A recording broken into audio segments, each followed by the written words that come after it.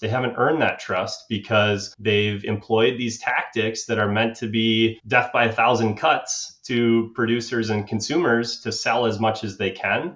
And they're not being transparent about what their intentions are and what past renewal history has been like. Welcome to Beyond the IMO, where financial industry leaders will challenge your perspective and offer strategies to help you thrive in your independence. Here's your host, Justin Woodbury. Okay, I want you to imagine with me, if you will, getting a phone call from a wholesaler in the insurance industry, and it sounds like this. And heads up, I know how ridiculous this sounds even before I say it, but just imagine this. Hi, this is Justin from whatever IMO, and I just want to tell you about a product that's been gaining some traction with a few of our advisors. The name of the product is XYZ Ascent, and it has a 1-year 12% cap guaranteed on the S&P 500 for that first year. Now, obviously, that's not sustainable in an FIA, so this product is being subsidized, and by year 2 or 3, the caps will drop down to around 6%. And oh, by the way, XYZ Ascent is not proprietary or exclusive with us. You can get it pretty much anywhere. Now, again, I realize how ridiculous that sounds, but how many times as an advisor have you had to have an uncomfortable conversation with a client because the caps and pars on the annuity that you sold them the year before, the 2 years before, dropped significantly, which made you the bad guy, and you wished that somebody would have been that honest with you, because if you had known that the product was going to have caps and pars that dropped that much, you would have never put yourself or your client in that situation. Transparency is a word that I believe suffers from semantic bleaching. In other words, it's a term that's been tossed around so much in this industry that it's kind of lost its meaning, kind of like fiduciary, proprietary, and exclusive. I also believe that there's a double standard in this industry, at least on the insurance side. Here's what I mean by that. Advisors are required to be transparent about certain things with their clients, like how they get paid or any conflicts of interest, depending on what kind of license they have. IMOs and carriers are not required to be like that transparent. And because of that, some, not all, I'm not broad brushing, some have gone a bit rogue with that lack of transparency, and that could be a completely different podcast. But every day, my inbox and voicemail are flooded with messages from IMOs and carriers about the newest products with the highest caps and pars. And on one hand, I really empathize. I do, because I was in that side of the space for 15 years. So I empathize with the insurance industry in a sense, because it is this red, bloody ocean, if you've ever read Blue Ocean Strategies, but they are constantly competing with each other, and it forces every carrier to come up with the newest product and the highest caps and pars so an advisor will use them, because if not, they'll just sink into oblivion. I also understand that IMOs want to be able to say products are exclusive and proprietary so advisors will join their group. I really do get it. But on the other hand, I believe it puts every advisor that cares about their clients and their reputation in a really bad place, because they're recommending products that aren't sustainable to their clients, and some of them might not know whether or not that's the case. And I think changing that would have to be an industry-wide decision that would have to be required from every carrier, every IMO. And so while I'm going to keep advocating for that because I want to see that happen, I'm certainly not going to wait for it to happen to provide the best solutions to my clients. And I believe the only way to do that is by doing my own research, which is the point of my entire conversation with my two guests today, Drew Schmalz and John Blomquist of the Annuity Edge. I came across an article that Drew wrote called The Slippery Slope of Subsidization, and it was a fascinating article. I learned so much. So I reached out to Drew, and then I talked to John, and we just all agreed to jump on a podcast recording together. It was a great conversation. It has helped me more than once when making recommendations to my clients, or if an advisor reaches out and says, hey, what do you think about this product? It really has shaped my perspective. You're listening to Beyond the IMO, and here is my conversation with Drew and John. Drew and John, thank you again for being on here and for taking the time out. I appreciate that. And I want to give a heads up kind of, because I was on a client call yesterday. I'm in a hotel room in Washington, and I have a desk right here, and it's showing the bed, and it's not a very professional setting. So I grabbed the ironing board. out of the closet and I set it up, but every once in a while, just randomly, the notches will slip and it'll just go down. So I was in a client meeting yesterday, and all of a sudden, all you could see was from my head down. So if that happens, that's why, and I apologize in advance, or if someone's watching the video and they see that. So that's my setup, an ironing board with my laptop. So Too good. You're being flexible, making do with what you got. Yeah, exactly. So I would love to hear your guys' background, like how you got into this space. And I read your bios a little bit and stuff, but how did you get started in this, specifically this product development space? Sure. Drew, why don't you go for it? Yeah, I can kick it off. So I started my career as an actuary at Securian Financial, and happened upon annuity product development as my first position, and grew to love that field. And I think annuities are really interesting products. There's a lot of creative designs carriers are using, and so there was a lot of room for creativity, which is something that's important to me. And so while a lot of my peers kind of would rotate to different areas of the company, I chose to just kind of keep going deeper down that path of annuity product development, and worked at Securian for several years. Also had a stint over at the Standard doing annuity product development there. Okay. And then joined Life Innovators about a year and a half ago, where product development is really our entire focus, and we help our carrier clients get either into the market for the first time or develop a new product that they don't have the resources to put behind. So we can kind of be their outsourced product development firm. That's awesome. Yeah, in similar path to Drew, John Blomquist. I'm a product development actuary as well. I was a math major in school, had never really heard of what an actuary was, but learned after ruling out, hey, maybe I don't want to be an engineer, don't want to be a teacher, that an actuary is a career that you can put your math skills to use in more of a business context. So I also started my career at Securian. They stuck me with Drew and said, good luck, have fun with him. But we had a great working relationship there, and was put into annuity product development. And yeah, really enjoyed the creative aspect of it that product development brings. Allows us to be technical and lean on math skills, but also think about the parents or grandparents that are ultimately purchasing these products and need to have something that's going to provide them the safety that they're looking for. So I think the mix of creativity, having a clear solution of what folks are looking for, and then being able to interact with a lot of the distribution folks or the marketing teams, there's just a lot of fun and variety in that. That's awesome. That's a great perspective.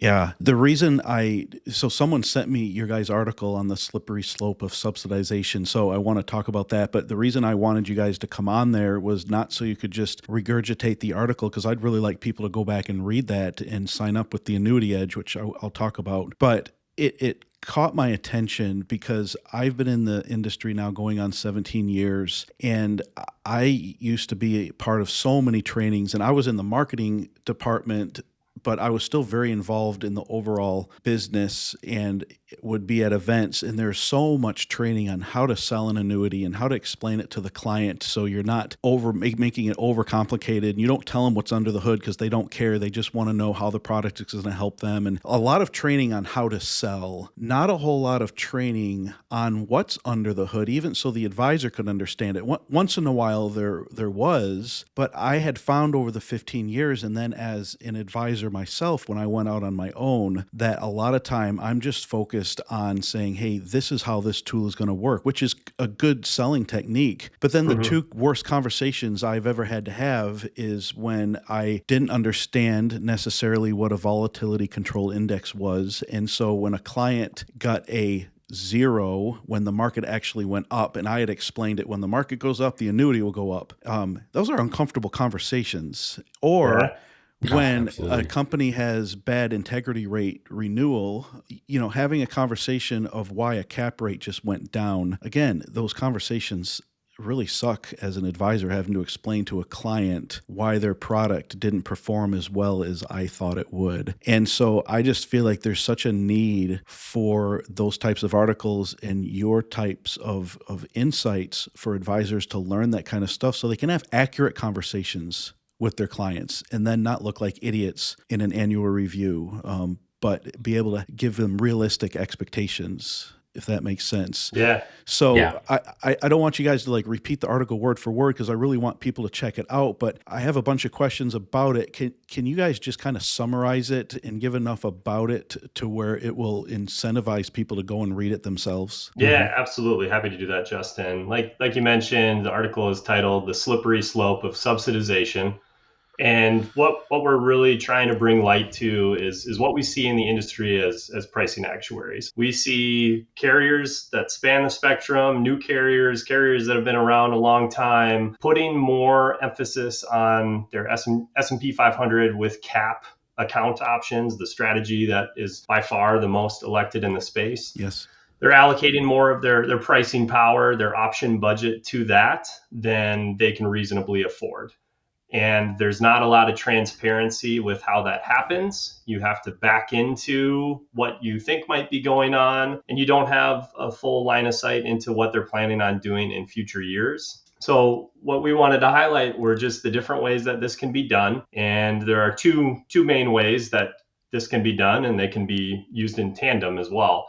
The first being account-based subsidization. So taking the option budget you have to spend on the entire product, say you have 5% worth of budget that you can allocate towards all of your different index strategies. Rather than spending 5% on each one, you could take less than 5% and spend that on typically vol control indices that are a little harder to compare apples to apples. And as long as that you assume some of the premium coming into the product is going to go to those options, that's going to allow you to spend more on the S&P 500 cap. You're going to have a more attractive rate. It's going to pop on a rate sheet. It's going to be more attractive to people that, for better or for worse, look at the S&P 500 cap rate as the one signal of a product's competitiveness. Yes. So that's one way that folks do it. And then they will also rob Peter to pay Paul and say, we're going to assume that we spend less in future years in order to spend more in the initial year and make new money rates look really attractive. So again, in that example, if you have 5% to spend, say it's a 5-year FIA, you should be ideally spending 5% each year. That's how much should go to your budget. You've probably purchased assets on the carrier side, like bonds that are going to give you that sort of consistent yield. Rather than spending 5% on your rates that you offer each year, a carrier could say, well, maybe I'm going to spend $550 in the first year to make these rates look really attractive. And then I'm going to spend $525 in the next year, and $5 in the next year, and then $475 and $450. So you see this grading down of option budgets. That's a lot of times when you see those renewal rates dropping, that can be part of what's going on as well. So it's trying to bring attention to the fact that, yes, these new money rates are what everybody clamors for and what they're selling these products based on. But there are a lot of games that go on that prop up rates that may not be so sustainable. Yeah, and John, you use the phrase robbing Peter to pay Paul. You could almost just say it's actually robbing future Peter to pay current Peter. It's not so much that, this one policy is getting a better rate than, their friend who bought the same contract or the same product.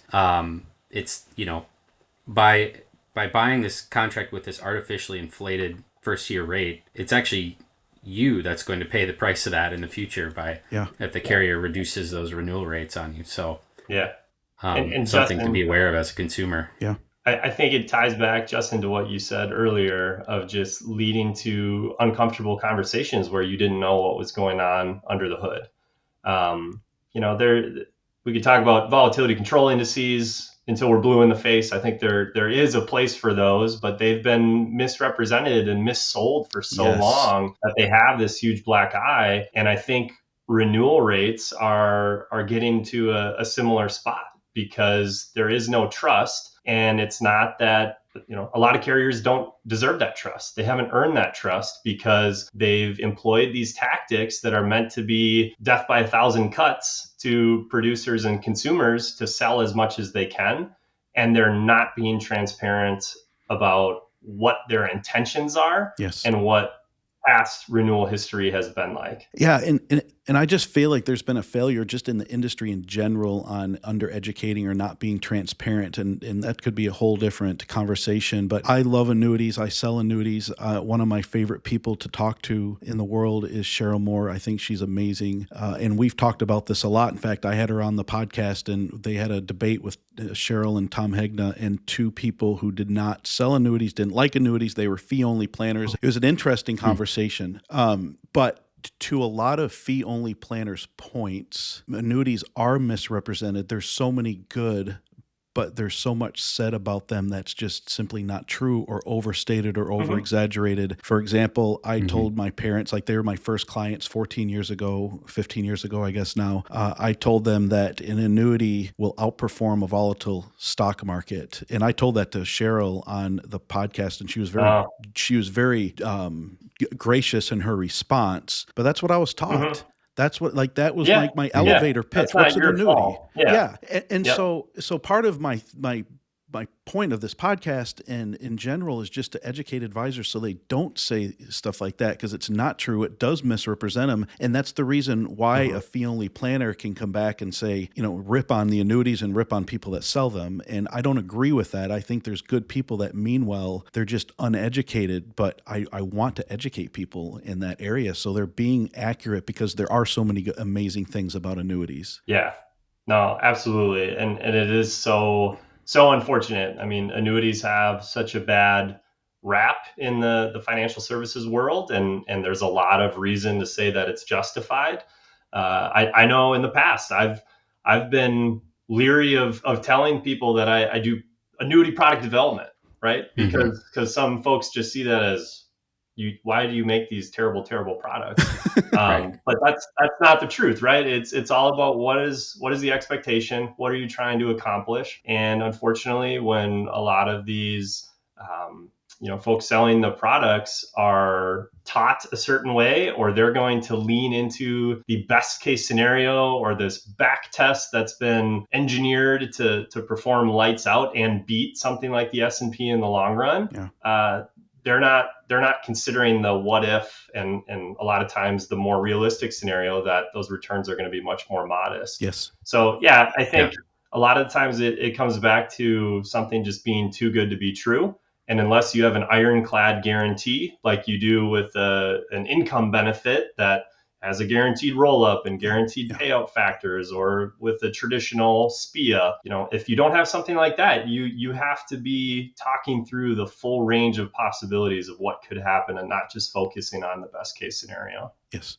Yeah, exactly. What do you guys think, if at any point, but what point does competitive pricing, so a new carrier or someone trying to introduce a new product or boost their business, whatever it is, for whatever reason, that competitive pricing, at what point would you guys say it becomes irresponsible? Yeah, I mean, it's hard to say. A lot of these strategies are not inherently wrong. I think they just, in some cases, have just gone too far. I think a lot of times carriers can kind of get away with that because, talking specifically about the kind of cross-account subsidization of inflating the S&P cap and suppressing others, the back-tested performance of a lot of these engineered indices still looks really good, even if you're suppressing the rates. And so they can kind of get away with it because on an illustrated basis, hey, the product still looks really attractive. And, every insurance product requires assumptions to price. And making assumptions generally carries risk. So on the one hand, this is just another assumption. You're making an assumption about, if we set the rates this way, we're going to get this sort of allocation experience. And if that assumption is right, the product can be really profitable. If it's wrong in the wrong direction, I guess, then the product is not profitable. But the difference here, I think, is that is an assumption that needs to be made. Insurers could spend the same amount on all their options, and then they'd be indifferent to their allocation experience. So this actually kind of creates risk that isn't inherently there in the product. But once a few carriers start playing the subsidization game, it's kind of like, if you can't beat them, join them. You have to use this strategy if you want to compete. And so unless you want to just kind of accept defeat, you kind of have to play these games. Sure.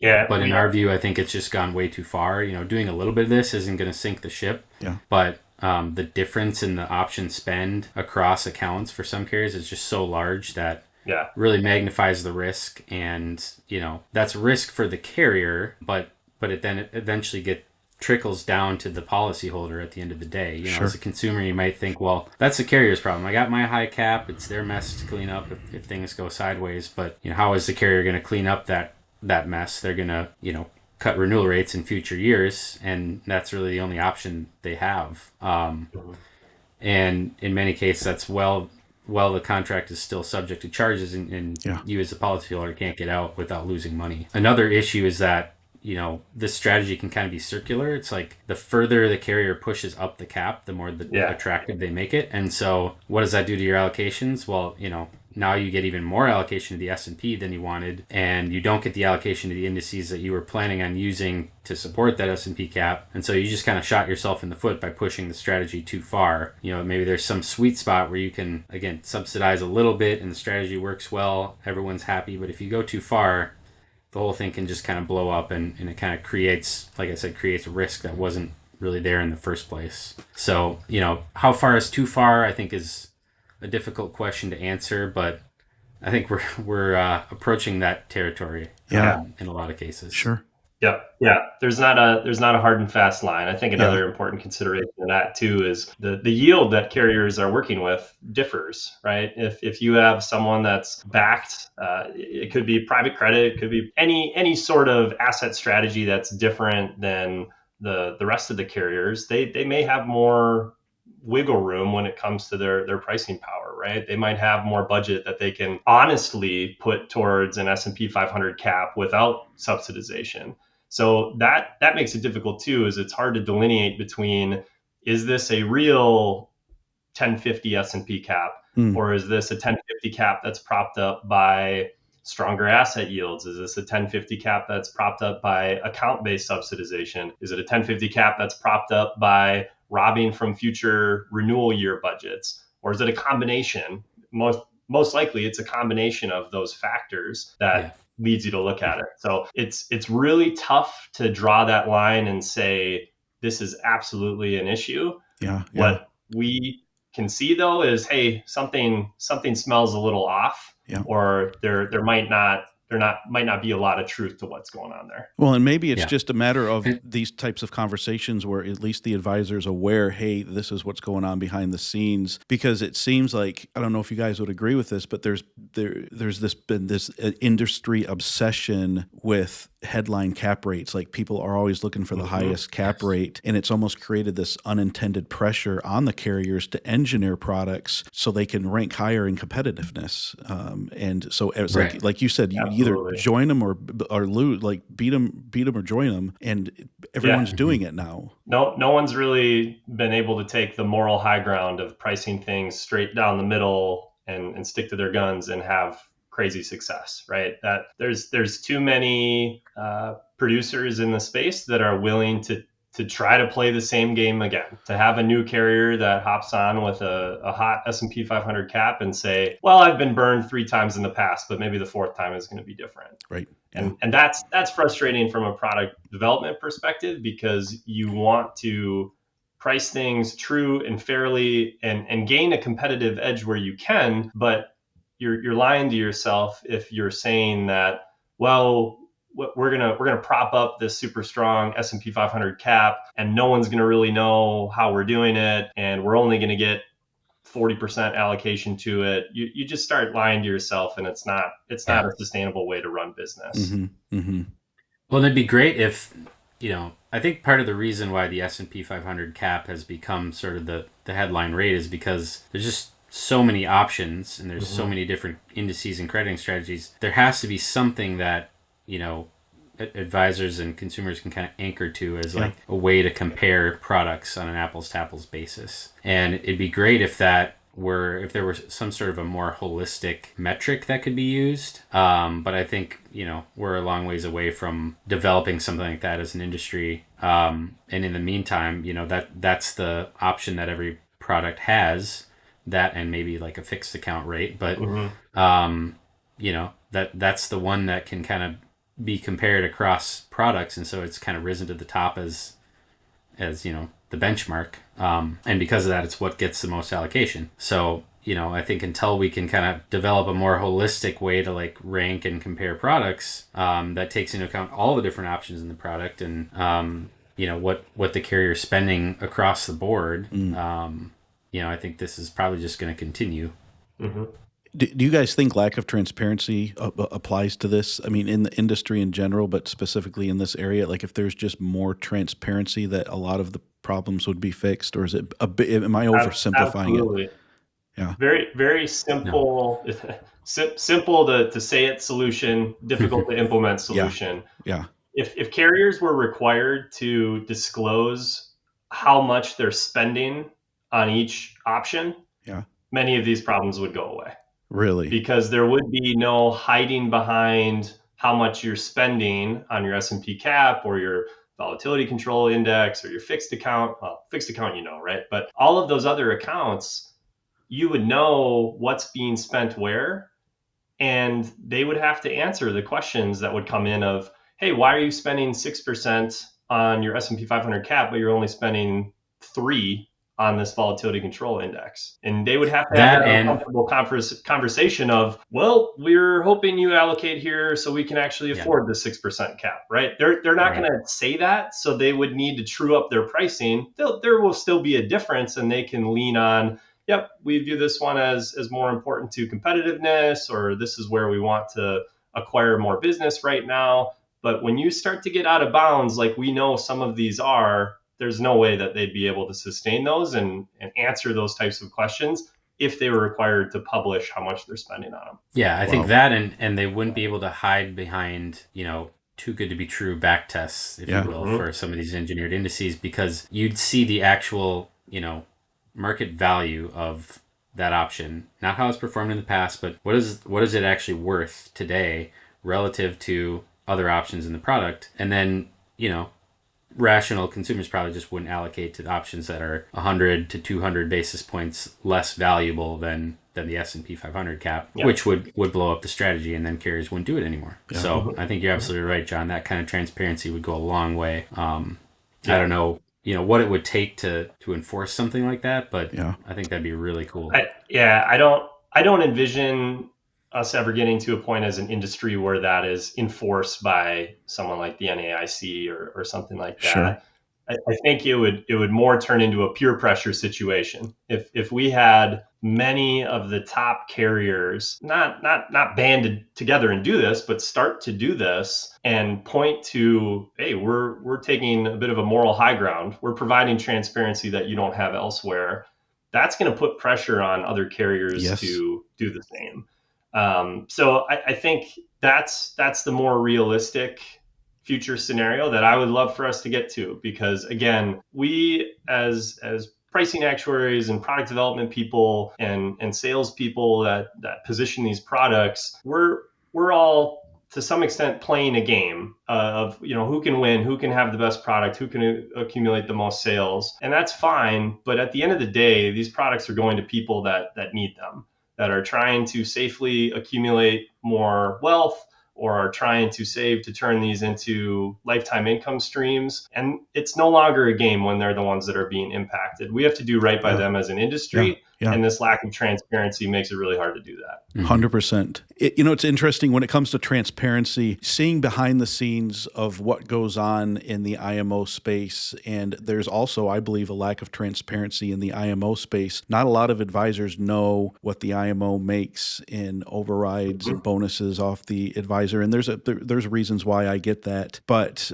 I used to see it and I used to question sometimes, are we really earning some of that override, especially from advisors that didn't use any of the services that we offered? They kind of did their own thing and they just saw the IMO as a necessary evil in order to contract with carriers. But I have a good friend, and I never mention IMO names or anything because I don't want to ever be, I'm IMO agnostic, but I have a good friend. Stay out of the crosshairs. Yeah, exactly. And he actually publishes what he makes off of the advisor's business every month they get an email with an Excel spreadsheet saying, this is what you wrote, this is what you made, this is what the override, this is what we kept, this is what we gave back to you. And I asked him one day, I said, why do you do that? Like, no, I don't know of any other IMO that's willing to do that. And he said, because I only work with advisors that I can provide value to. And he had a mentor that said that he believed that he needed to show up every single day and earn his overrides. And he said, I believe I do. And so I have no problem with them seeing what I've made off of their business because I earn it every day. And I don't know of anyone else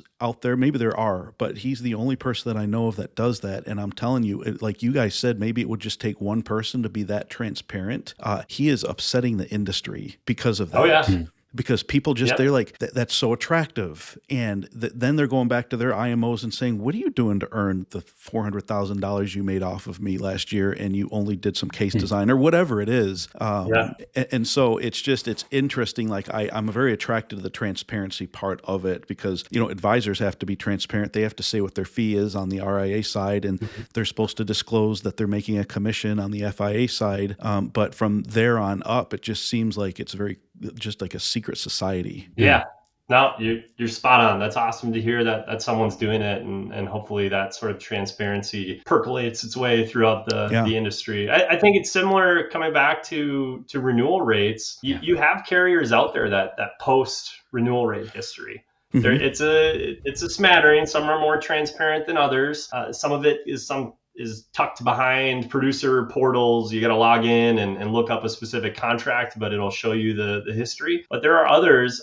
I'll call out Lincoln. Lincoln has an awesome renewal rate history tool for their OptiBlend FIA that you can just look up. You don't have to be a producer. You can just look it up on their website and type in an issue date and say, hey, if I would have opened a contract in February of 2023 and put all my money in the S&P 500 account, what would my rate history have been over the last 4 years? You can pull that up and it'll show you. I think the one I looked up, the cap was 925 in 2023 when it was issued, and the latest renewal cap was 790. And they're not ashamed to put that out there, right? That's a bit of a decrease. That's not ideal. Right. It's not this huge plummeting down, but they're not just showing the rosy, hey, look at this renewal rate integrity. So they're kind of opening the book fully for someone to look at, and I commend them for doing that. Like I said, others anecdotally we know do that behind a producer portal. There are some that put together marketing pieces that tout their renewal rate integrity and say, hey, X% of the time we're within 90% of the initial rate. And then maybe there's we saw one that had a little footnote that said, oh, we left out these two accounts for the purposes of calculating this stat. Throw that in the garbage. That's useless. Well, and also 90% of the initial rate that could still be a 100 basis point decrease in the cap. Could be huge. It's a sizable drop. It's better than nothing, but it gets back to, all right, are we starting to mislead more than we are educate? And that is something that maybe the industry could band together to say, hey, we need to all have renewal rate transparency on historical business and have standards for what this sort of lookup system would look like.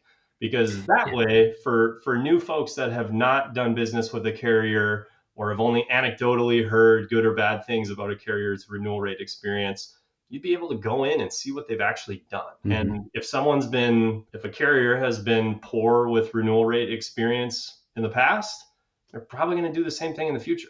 Yeah, and obviously there's other factors at play. The market can influence renewal rates and things like that too. But if you get enough data out there, you can start to see trends that you can kind of assume are going to continue. To the extent that, that's just sort of the carrier's practice. That's the way they do it. Yeah. And it really feels like putting out renewal rate history should be required of every carrier. Yeah. It seems like pretty low-hanging fruit in this day and age of, the amount of data that we have available and the technology we have to be able to put that data on a website. That should be pretty easy for carriers to do. And I guess, I don't really see why it wouldn't be required. There's other lines of business that require you to file rate changes with the states, right? Right. annuities are not that way. It's kind of the Wild West in a way. Carriers can change rates, every week if they want to, and can change renewal rates with no consequences other than, carriers will have really low ultimate minimum guarantees that they have to abide by, but Yep. those are, laughably low. And so Yes. there's really no accountability for some of these actions from a regulatory standpoint. Yeah. Wow. It's really just the reputational hit they take. And so many have figured out that IMOs, broker dealers, institutions, they're going to put up with some level of tomfoolery when it comes Yes. to rates. Yep. And it's unfortunate because they shouldn't have to. Yep. But when everyone's doing it, the distribution side has largely rolled over and said, okay, we're willing to put up with this, and we'll try to find ones that do it less than others. Right. Another way carriers are kind of addressing this issue is by guaranteeing renewal rates. Yes. And I think this concern is a big reason why that has become a huge trend over the last couple of years. You can choose between, say, a 10% S&P cap that's not guaranteed and you don't know what your renewal rates are going to be, or you can allocate to an 8% cap, take a 2% haircut, and it's going to be guaranteed for your entire surrender charge period. Yeah.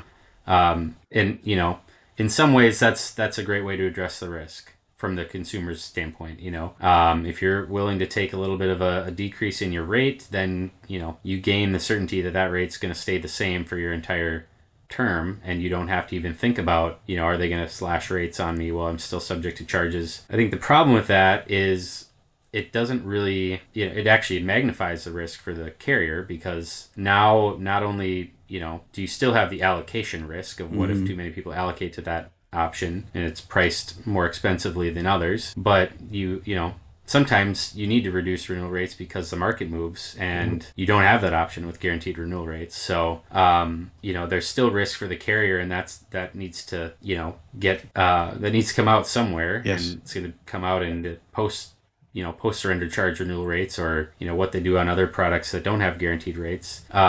And the other issue is that there's a lack of transparency as to how much that guarantee actually costs. And so, if the difference in the rates is, like in my example, 10% versus 8%, well, is that guarantee really worth 2% cap per year? Or is that a bigger haircut than is really necessary, and is the insurer profiting on that by reducing it more than they need to? I was just going to say, I think that brings up a great point, Drew, of who is really benefiting from the guarantee, because it obviously seems like, hey, it's the consumer. The consumer is benefiting from the guarantee because they know exactly what they're going to get every year in renewal, which is true to an extent. But I think a lot of times the reason these are sold is because producers love selling them. And they love knowing that they're not going to have that uncomfortable conversation of the rate dropping in renewal years. And there's merit to that. But to Drew's point, if the value of the guarantee is only 100 basis points, it's going to fluctuate depending on your environment. But if the value of the guarantee is only 100 basis points and you're dropping the cap all the way down 200 basis points, 2%, from 10% to 8%, the consumer is getting something that's not worth what it should be worth.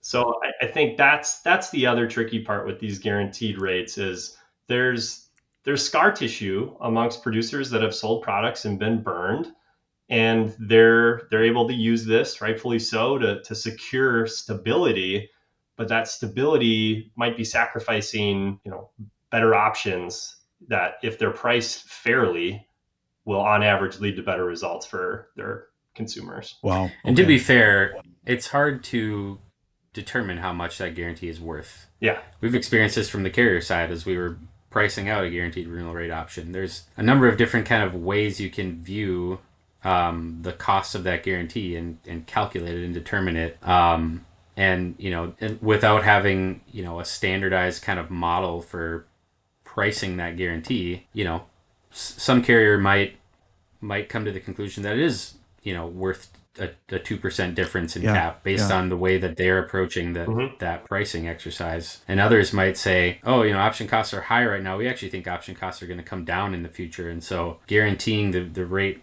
today is actually, there's not really a value to that guarantee, or it's actually even a negative value, So they might set their guaranteed cap at the same level as their non-guaranteed cap. So there's a lack of like a standardized framework for how to determine that value, and so that leads to just a lack of clarity around what's the right differential to accept if you're going for a guaranteed renewal rate. Justin, do you have perspective on what you feel is an adequate amount you would be willing to sacrifice on an S&P cap to guarantee the renewals? I don't, because I've never even thought of your guys' perspective before, that sometimes a lower guaranteed rate isn't worth it. That's fascinating. I've never thought of that. I've been attracted to products that have a bailout cap. So if it goes down to a certain amount, you can bail out. That seems pretty nice because it seems like it forces the carrier to have good renewal rate integrity. But I'm just wondering, so as an advisor, I go to a tool, and I work with a lot of advisors that do their own case design. They don't want to wait, or they don't want to depend on their IMO to do case design. They log into their own calculator and they do their own research. What should I look for as an advisor if there's a lot of products and one has a high cap rate but bad renewal rate history, and one has a guaranteed cap rate but it's lower? Like, what do I look for if I really want what's best for my client, not just to avoid uncomfortable conversations, but what's best for my client? Do you guys have like any tips for that? Man, I feel like it's a bit of a cop-out, but it comes down to what are they expecting, and what are you selling them? If you're selling this super strong new money cap, you better be following it up with, hey, we expect this to come down in renewal years too. I would be surprised to see this held out for multiple years, or at least setting the expectation that could happen.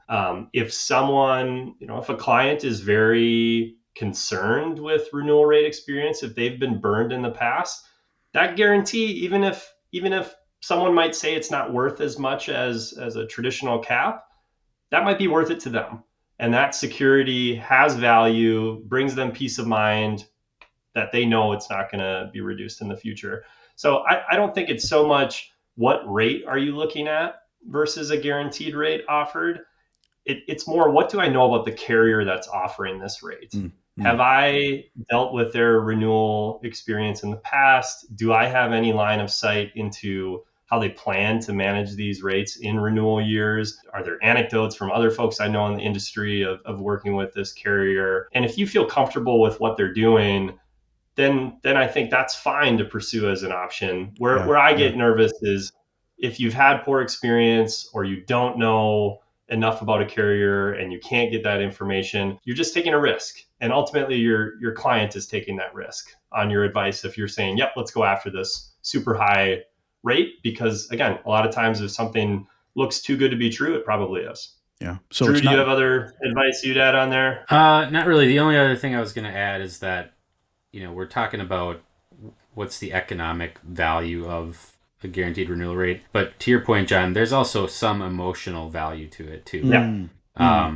Even if the cap was lower than maybe it should be on an economic basis, it still might be the right choice for a particular client, because it helps them sleep at night knowing that they don't need to worry about that rate going down in future years. Yeah. Yeah, that's a good point. I read the article. Someone subscribes to the Annuity Edge and sent it to a friend who sent it to me. That's how I found out about you guys. What is the Annuity Edge, and how does it provide value besides the obvious? How does it provide value to the advisor? Yeah, so Annuity Edge is a weekly publication that we put out. It's a product of Life Innovators, and we write on, new products that are coming out, changes to existing products. We also cover filings that have been approved that haven't yet been launched. Okay. We do kind of deep dive analysis of different indices. We do like an index spotlight on occasion where we, go into the inner workings of how the index is built and how it might perform in different scenarios. So we cover a wide range of topics, and really our goal is to go beyond, there's a lot of publications out there that will tell you that so-and-so launched a new product. But we try to go beyond that and beyond the kind of the what to the so what, So, so someone launched a new product. What's interesting about it? What does it mean? Where does it sit relative to their other products? How does it compare feature by feature to what they already offer or what some of their competitors offer? And where might this product kind of have an edge over others in the market? And where might it, fall short? So we try to do kind of this a little more comprehensive analysis of like the context in which a new product launch or a new product feature fits in the market, rather than just reporting on what it is and how it works. Yeah, it's really tailored for folks that like to get into the weeds, into the details with product, rather than just have the typical information that you'll see in a press release, right? Yeah, right. Let's dig in. Let's get into the mechanics of the product. And some get more technical than others, but it's for those folks that want to be able to explain what's actually going on. If someone across the table from them asks, hey, explain to me how this feature works. And I think, Drew, both you and I feel this way. We're actuaries, so we design this sort of stuff, and maybe we're uniquely qualified to read through it and understand the actual math that's going on and how everything relates to one another. But this is the type of information that we wish we had when we were on the carrier side, yes, to have a better understanding of what our peers were doing. And so we view this as something that is absolutely helpful to advisors that want to get technical and really understand nuts and bolts of new products that are released. But we think this is a great value add for carriers in their competitive intelligence area as well, because competitive intelligence folks do a great job, but this is kind of that supplement that provides the actuarial view into what's going on, and maybe gets a little more technical than some would otherwise be able to get. So that's, it keeps us sharp. It keeps us aware of what's going on in the industry. I think it's a lot of fun to write about and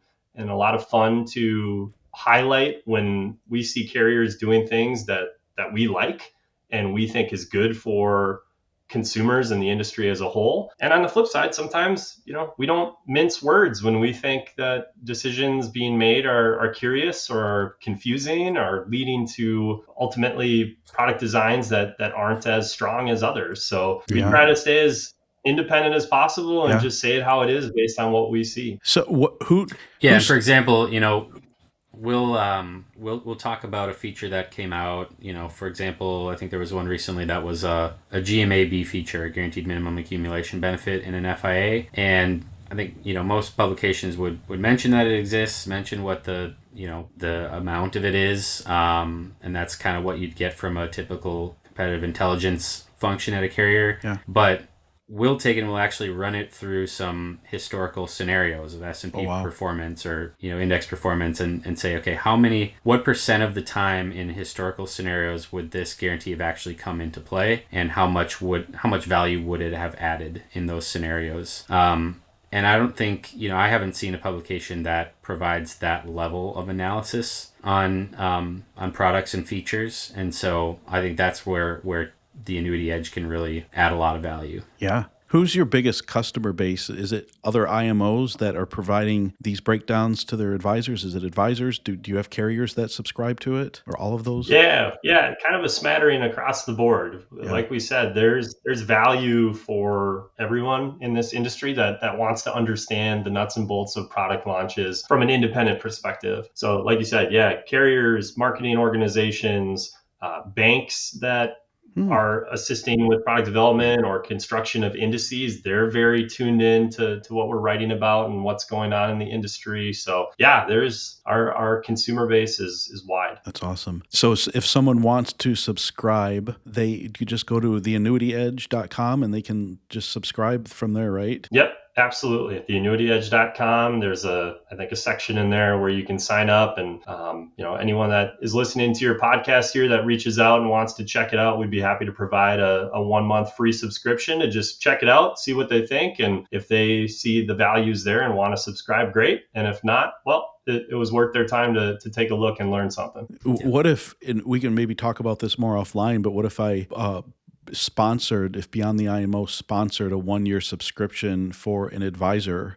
could we do that and just put a contest out there or something, but just would love to get the word out more, because I really do believe this education, like knowledge, applied knowledge is power. But there's not a lot of places that I've seen to get the knowledge in the first place. Absolutely. No, that's a great idea. We can definitely do that. I think that's the whole point, like we said, is bringing that education, giving folks that independent view of what's going on. Yeah. Well, awesome, you guys. Anything else, any questions I missed or that I should have asked, or anything else you want to share? We'll wrap this up. I think we covered a lot of ground. Yeah, we did. Really appreciate the time. Yeah, we're, like we said, we're focused on that education and transparency, and our product development functions, working with the carriers that we work with. We're trying our best to put that foot forward and live out what we're preaching here. So really appreciate the time, Justin. Yeah, Drew and John, I appreciate you guys again taking the time and educating me on this. You've given me a lot to think about. My mind is spinning, and I feel like I need to go back and rethink some conversations with clients and even do it my part now in making sure that I'm not just looking for the highest cap rates, but like there's so much more that goes into it. So thank you. Absolutely. That was the goal. So I'm glad that that you took something from it. Yep. All right. Good deal. Thank you so much. Thanks, Justin.